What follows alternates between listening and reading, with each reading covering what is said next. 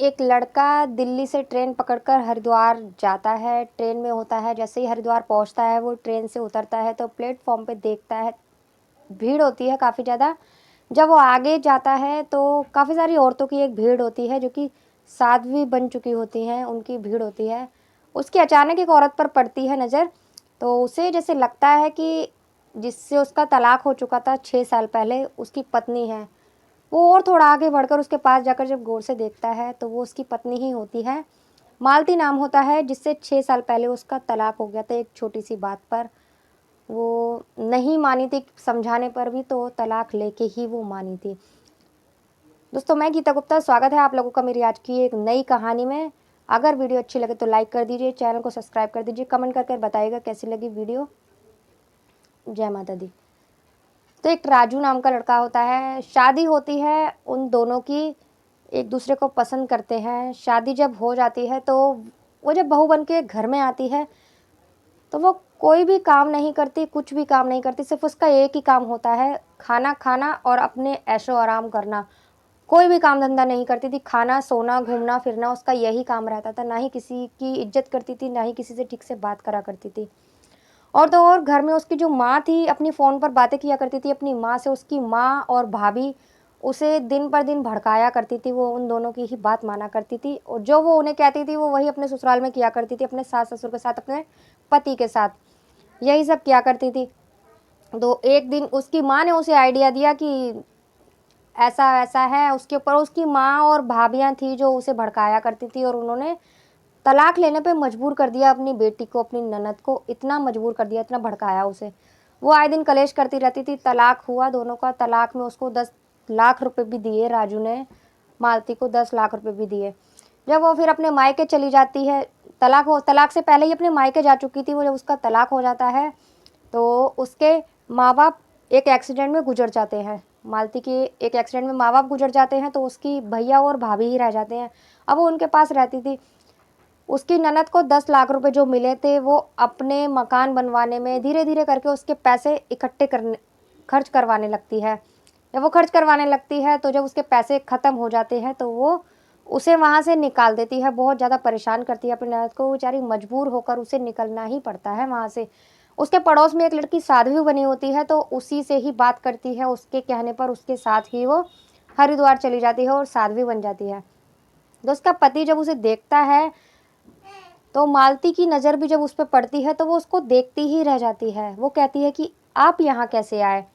तो वो उसको बोलता है कि मेरे पापा की तबीयत ख़राब है, उन्हें कैंसर है, तो किसी ने बताया कि हरिद्वार में कोई है जो कि बहुत अच्छी दवाई देता है कैंसर की, मैं इसीलिए आया हूँ दवाई लेने के लिए। तो वो उससे बोलता है कि आप यहाँ कैसे आई? आप तो इतनी अच्छी थी, मुझसे तलाक लिया था, तलाक में इतना पैसा मिला था, आप पहले से ही इतने अच्छे थे, इतने अमीर थे, आपकी ऐसी हालत कैसे हुई? साध्वी कैसे बनी इस हाल में? तो वो सारी बातें अपने पति को बताती है कि ऐसा ऐसा हुआ था, कुछ मत पूछो मेरे बारे में क्या हुआ, अब बस मैं यहाँ आ गई हूँ 2 रोटी के लिए, साध्वी बन चुकी हूँ, सिर्फ 2 रोटी चाहिए मुझे। और मैं भगवान के चरणों में भजन गाती हूँ इन और सारी लेडीज़ों के साथ, औरतों के साथ, और 2 रोटी के लिए ऐसा ही करती हूँ। तो क्या उससे कहती है कि अगर आप मेरी बात माने तो आपकी बहुत मेहरबानी होगी। तो वो कहता है कि बोलो क्या? तो वो कहती है कि मैं अपने सास ससुर से, अपने जेठ जेठानी से, सबसे एक बार मिलना चाहती हूँ, सबको देखना चाहती हूँ। जैसे आपके पापा हैं वैसे ही मेरे पापा हैं। आपके पापा की तबीयत ठीक नहीं है तो मैं उनके देखना चाहती हूँ, उनसे मिलना चाहती हूँ एक बार। तो वो कहता है अभी तो नहीं, अभी तो मैं यहाँ से दवाई लेने जा रहा हूँ, मैं कल या परसों आऊँगा, आप मुझे यहीं मिलना तो मैं आपको लेकर चलूँगा। तो वो उससे उसका नंबर ले लेती है कि आप अपना नंबर दे दो जिससे कि मैं फ़ोन पर आपसे बात कर लूँ। तो वो दूसरे तीसरे दिन आता है, तीसरे दिन आता है तो वो उसको वहीं मिलती है। वहाँ से दोनों ट्रेन में बैठते हैं और अपने घर पहुँचते हैं। उसका पिता जो होता है वो लेटा होता है, तबीयत ठीक नहीं होती, लेकिन आगे आगे राजू होता है घर में और पीछे उसकी पत्नी होती है मालती। जैसे ही उसके पिता अपनी बहू को देखते हैं तो वो उठकर बैठ जाते हैं और वो आकर सबसे नमस्ते करती है और सबके पैर छूती है। तो उसके ससुर बोलते हैं कि बेटा बहुत अच्छा करा तुम आ गई, और मुझे तो उम्मीद भी नहीं थी कि तुम आओगी। उसके राजू के पापा ये सोचते हैं कि तलाक हो गया था, तलाक के बाद अब अचानक अपनी बहू को अपने घर में देखते हैं तो एकदम चौंक जाते हैं। उन्हें खुशी तो थी कि घर की बहू चली गई थी, अब आई है, तो वो यही बोलते हैं कि बेटा बहुत अच्छा किया, तुम्हारे जाने के बाद मुझे ये बीमारी लग गई थी, हो सकता है कि अब तुम आ गई हो तो मेरी ये बीमारी ठीक हो जाए। तो इतना सुन के वो रोने लगती है, ज़ोर-ज़ोर अपनी सास से मिलके रोने लगती है। तो सब राजू को बोलते हैं उसके माँ-बाप कि राजू अब तुम्हें अपनी पत्नी को अपना लेना चाहिए, आखिरकार ये घर की बहू है, तुम्हारी पत्नी है, तुम्हें इसे अपने पास रख लेना चाहिए, दोबारा से तुम दोनों को एक हो जाना चाहिए। तो राजू उसका कोई जवाब नहीं देता, चुप रहता है। वो चुप रहता है तो माँ-बाप उसे फिर से बोलते हैं कि बेटा तुम्हें इसे रखना ही पड़ेगा और ये घर की बहू है, इससे घर की रौनक है, घर की लक्ष्मी है, बहुत बोलते हैं। तो फिर राजू कहता है जब पिताजी आप इतना बोल रहे हो तो आपकी बात कैसे टाल सकता हूँ मैं।